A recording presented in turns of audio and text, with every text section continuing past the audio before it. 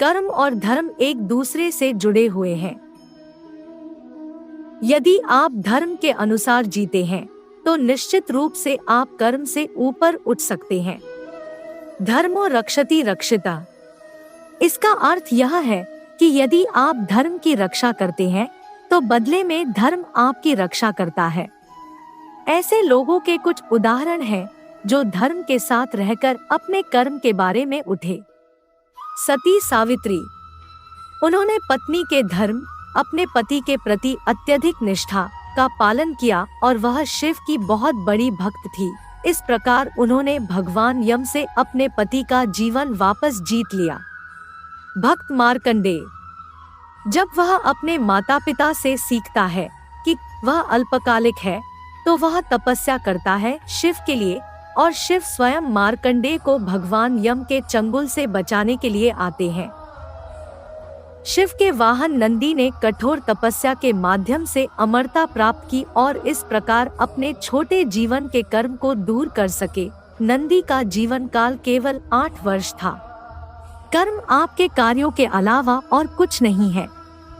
धर्म आपकी नैतिकता के अलावा और कुछ नहीं है। जब आप धर्म के साथ कर्म करते हैं तो आप अच्छे कर्म का निर्माण करते हैं। जब आप धर्म के बिना कर्म करते हैं तो आप बुरे कर्म का निर्माण करते हैं। कहा जाता है कि कर्म के बिना धर्म नहीं हो सकता। नैतिकता होना काफी अच्छा नहीं है। आपको कार्रवाई करने और अपनी नैतिकता को लागू करने की आवश्यकता है। धर्म क्या है? भीष्मदेव महाभारत में युधिष्ठिर महाराज से कहते हैं कि धर्म को परिभाषित करना कठिन है, लेकिन वे जारी रखते हैं, धर्म वह है जो जीवित प्राणियों के उत्थान में मदद करता है। धर्म का महत्व। हितोपदेश बताते हैं, खाना, सोना, डरना और संभोग करना पशु जीवन के 4 सिद्धांत हैं। ये जानवरों और इंसानों दोनों के लिए आम है, लेकिन धर्म मनुष्य का अतिरिक्त कार्य है।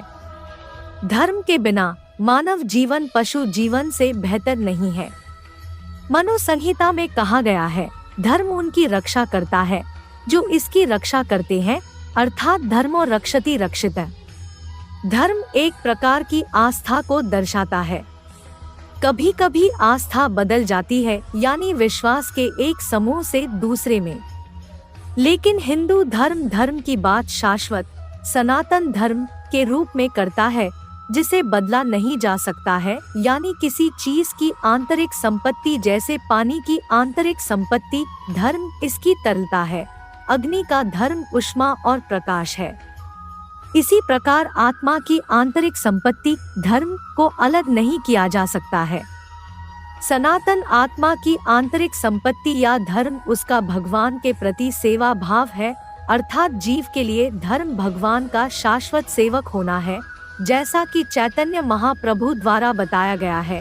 यह जीवित इकाई की संवैधानिक स्थिति है, कृष्ण का एक शाश्वत सेवक। पुराण इस प्रकार धर्म को परिभाषित करते हैं, सभी मानवता के लिए सर्वोच्च व्यवसाय वह है जिसके द्वारा मनुष्य पारलौकिक भगवान के प्रति प्रेमपूर्ण भक्ति सेवा प्राप्त कर सकते हैं।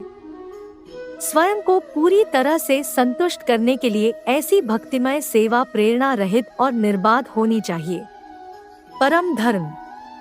श्री कृष्ण श्रीमद् भगवद गीता में अपने निर्देश का समापन करते हुए परम धर्म को परिभाषित करते हैं, सभी प्रकार के धर्मों का परित्याग करें और केवल मेरे प्रति समर्पण करें।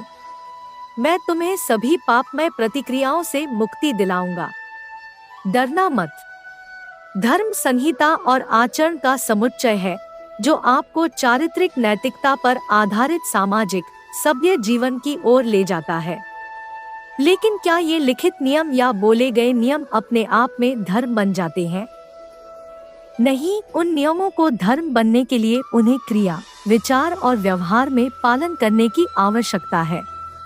जिस क्षण आप कोई कार्य करते हैं, सोचते हैं या व्यवहार करते हैं, वह एक कर्म है। इस प्रकार धर्म के अस्तित्व में आने के लिए यह कर्म पर निर्भर करता है।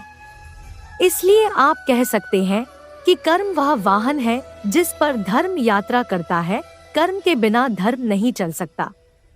कर्म को भागवत गीता में भगवान कृष्ण द्वारा खूबसूरती से परिभाषित किया गया था। जब अर्जुन कुरुक्षेत्र के युद्ध के दौरान अपने रिश्तेदारों को मारने के लिए तैयार नहीं थे, तो वे नैतिक रूप से सही थे न? फिर कृष्ण ने उन्हें अन्यथा क्यों कहा? क्योंकि उसे मारने या न मारने के लिए अपने कर्मों को चुनने की जरूरत है। हत्या न करके वह अपने भाईचारे, अपने कुल, अपने से बड़ों के प्रति प्रेम आदि को प्रदर्शित कर रहा है। यह भी उसका धर्म है, लेकिन उसका सबसे बड़ा कर्तव्य हमें लोगों के प्रति, समाज के प्रति अन्याय के खिलाफ लड़ना, भविष्य के लिए एक मार्ग बनाना है। पीढ़ियां धर्म का पालन करें। इस प्रकार कर्म के बिना धर्म भी जीवित नहीं रह पाता। श्री कृष्ण द्वारा परिभाषित संपूर्ण कर्म योग इस बात पर केंद्रित है कि कैसे कर्म आपको मुक्त कर सकते हैं और आपको मोक्ष दे सकते हैं, जब वे किसी व्यक्तिगत मकसद या उसके फल यानी फलों की ओर निर्देशित नहीं होते हैं। इसलिए जब तक आप कुछ करते हैं, कुछ सोचते हैं और लाते हैं, आपके व्यवहार में धर्म का अस्तित्व नहीं है। एक बार धर्म के लिए मार्ग प्रशस्त करने के लिए कर्म किए जाते हैं, फिर धर्म का प्रचार किया जाता है। यही कारण है कि उपदेश को शिक्षण से बेहतर माना जाता है, क्योंकि पूर्व में कर्म के साथ धर्म है, बाद में केवल धर्म है और कर्म नहीं है। जय श्री कृष्ण।